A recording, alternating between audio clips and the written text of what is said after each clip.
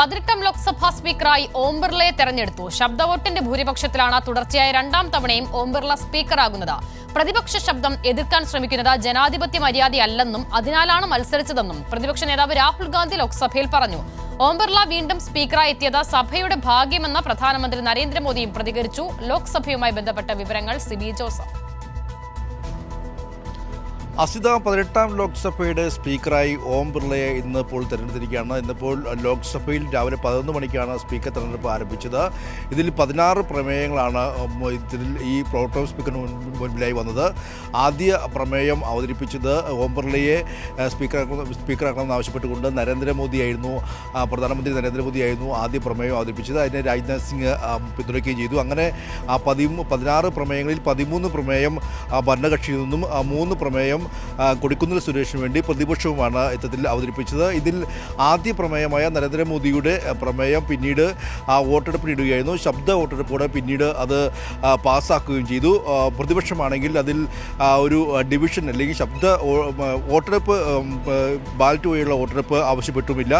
അങ്ങനെ ഇത്തരത്തിൽ സ്പീക്കറായി ഓം ബിർളയെ തെരഞ്ഞെടുക്കുകയായിരുന്നു. തുടർച്ചയായി രണ്ടാം തവണയാണ് ഓം ബിർള സ്പീക്കറായി തിരഞ്ഞെടുക്കപ്പെടുന്നത്. കഴിഞ്ഞ മോദി സർക്കാരിൻ്റെ കാലത്തും ഓം ബിർള തന്നെയായിരുന്നു സ്പീക്കർ. അങ്ങനെ നോക്കുമ്പോൾ 1980 മുതൽ 1989 വരെ രാജീവ് ഗാന്ധി കാലത്തും ഇന്ദിരാഗാന്ധി കാലത്തും ബൽറാം താക്കറെ ആയിരുന്നു ഇതിനു മുൻപ് തുടർച്ചയായി ഇത്തരത്തിൽ 2 തവണ സ്പീക്കറായി തിരഞ്ഞെടുക്കപ്പെട്ടത്. എന്തായാലും ഈ ഓം ബിർളയെ സ്വാഗതം ചെയ്തുകൊണ്ട് നരേന്ദ്രമോദി സംസാരിക്കുകയും കഴിഞ്ഞ ലോക്സഭയിലെ പോലെ തന്നെ നയിക്കാനാകട്ടെ എന്ന് അദ്ദേഹം പ്രശംസിക്കുകയും ചെയ്തു.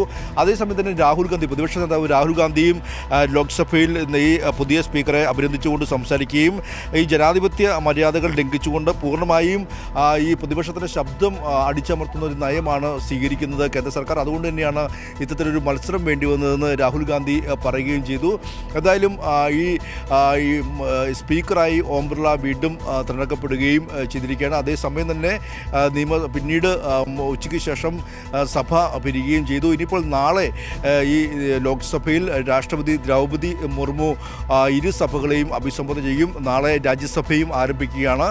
രാഷ്ട്രപതി ദ്രൗപദി മുർമുയുടെ ഒരു നയപ്രഖ്യാപന പ്രസംഗവും ഉണ്ടാവും. മറ്റന്നാൾ അതിനൊരു നന്ദി ചർച്ചയടക്കമല്ലെന്നുണ്ടെങ്കിൽ പ്രധാനമന്ത്രി നരേന്ദ്രമോദി ലോക്സഭയിൽ വെക്കുകയും ചെയ്യും. എന്തായാലും ഇന്ന് ഏറ്റവും നിർണായകമായ ഒരു സ്പീക്കർ തെരഞ്ഞെടുപ്പ് മത്സരത്തിലൂടെ ഇന്നിപ്പോൾ ഈ ഓം ബിർള സ്പീക്കറായി തിരഞ്ഞെടുക്കപ്പെടുകയും ചെയ്തിട്ടുണ്ട്. അസിത. സിബി ജോസഫാണ് വിവരങ്ങൾ നൽകിയത്.